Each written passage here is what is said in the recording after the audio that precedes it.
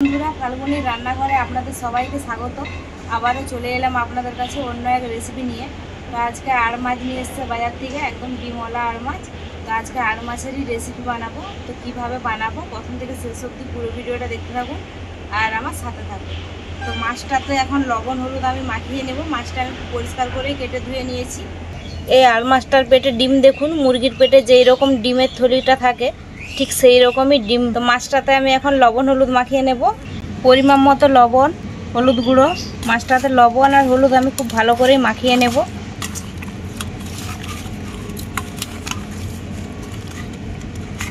মাছটাতে আমি লবণ হলুদ খুব ভালো করে মাখিয়ে নিলাম। আঁচটাও খুব ভালো করে উঠে গেছে। কড়াইটা বসিয়ে দেবো উনুনে।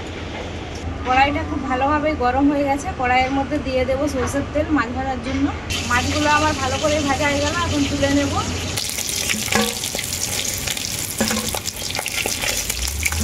বাকি মাছগুলো আমি একইভাবে ভেজে নেব।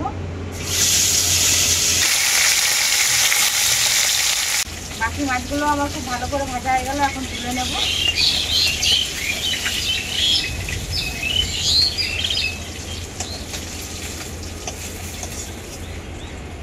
ওই মাছ ভাজা তেলের মধ্যেই দিয়ে দেবো আর একটু সরষের তেল। ওই তেলের মধ্যেই দিয়ে দেবো কালো জিরে আর দেবো পেঁয়াজ বাটা।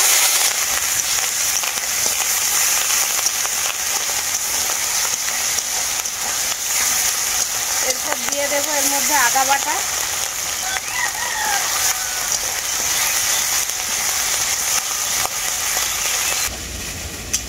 আদা বাটা আর পেঁয়াজ বাটা খুব ভালো করে ভাজা হয়ে গেছে। এখন এর মধ্যে দিয়ে দেবো কিছু গুঁড়ো মশলা, জিরে গুঁড়ো, ধনে গুঁড়ো, শুকনো লঙ্কার গুঁড়ো, হলুদ গুঁড়ো। একসাথে মশলাটাকে খুব ভালো করে কষিয়ে নেব।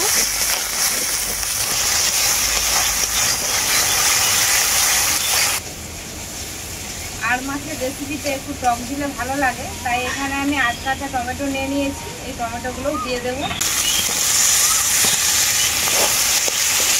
টমেটোটাকেও মশলার সাথে আমি খুব ভালো করে কষিয়ে নেব।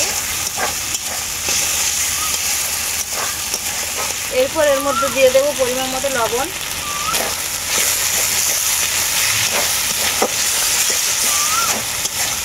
টমেটোটা দেওয়ার পর মশলাটাকে আমি আবারও খুব ভালো করে কষিয়ে নিয়েছি।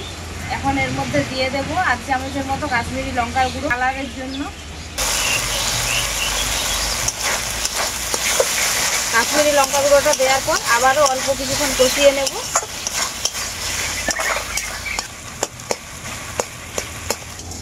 আমি এই রান্নাতে কিন্তু 8 পাকা টমেটো দিলাম, একদম আমাদের গাছেরই 8 পাকা টমেটো। তো এই টমেটোগুলো কিন্তু একদমই দেশি আর টকও কিন্তু ভীষণই আছে। মশলাটাকে আমি খুব ভালো করে কষিয়ে নিয়েছি। এখন মশলার গা থেকে তেল ছেড়ে গেছে। এই সময় আমি দিয়ে দেবো এর মধ্যে পরিমাণ মতো জল।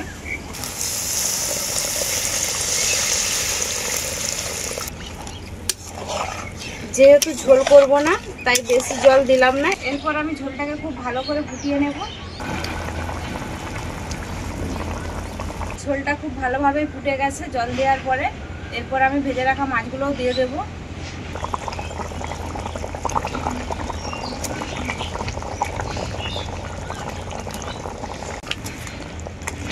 মাছগুলো দেওয়ার পর ঝোলটাকে আবারও আমি ফুটিয়ে নেব কিছুক্ষণের মতো।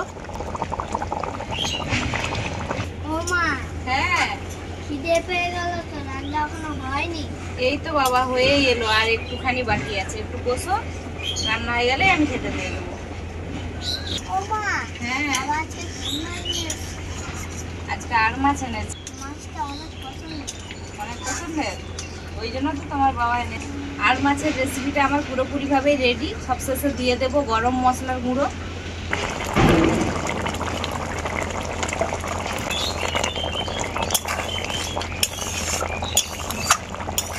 এরপর আমি নামিয়ে নেব।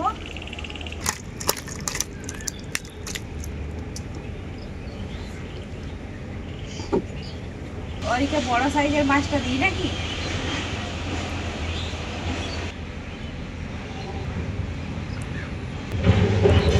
তরকারিটাও গরম আর ভাতটাও প্রচুরই গরম। সব ভাতগুলোই মাখিয়ে দিচ্ছি। হ্যাঁ, দারুণ হয়েছে মাছটা। পছন্দের মাছ না, তাই তো? হ্যাঁ, আর গ্রেভিটা কেমন হয়েছে? গ্রেভিটাও অনেক দারুণ।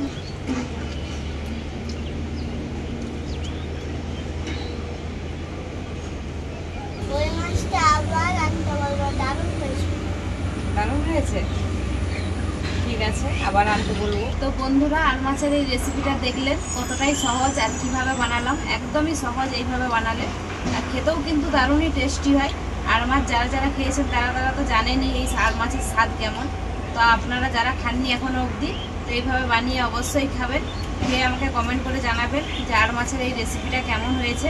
ভিডিও ভালো লাগলে লাইক, শেয়ার, সাবস্ক্রাইব অবশ্যই করে দেবেন। প্রত্যেক দিনের মতো আজকেও বলছি, আপনারা ভালো থাকবেন, সুস্থ থাকবেন, নিজেদের খেয়াল রাখবেন। আবার দেখা হবে পরবর্তী ভিডিওতে নতুন কোনো রেসিপি।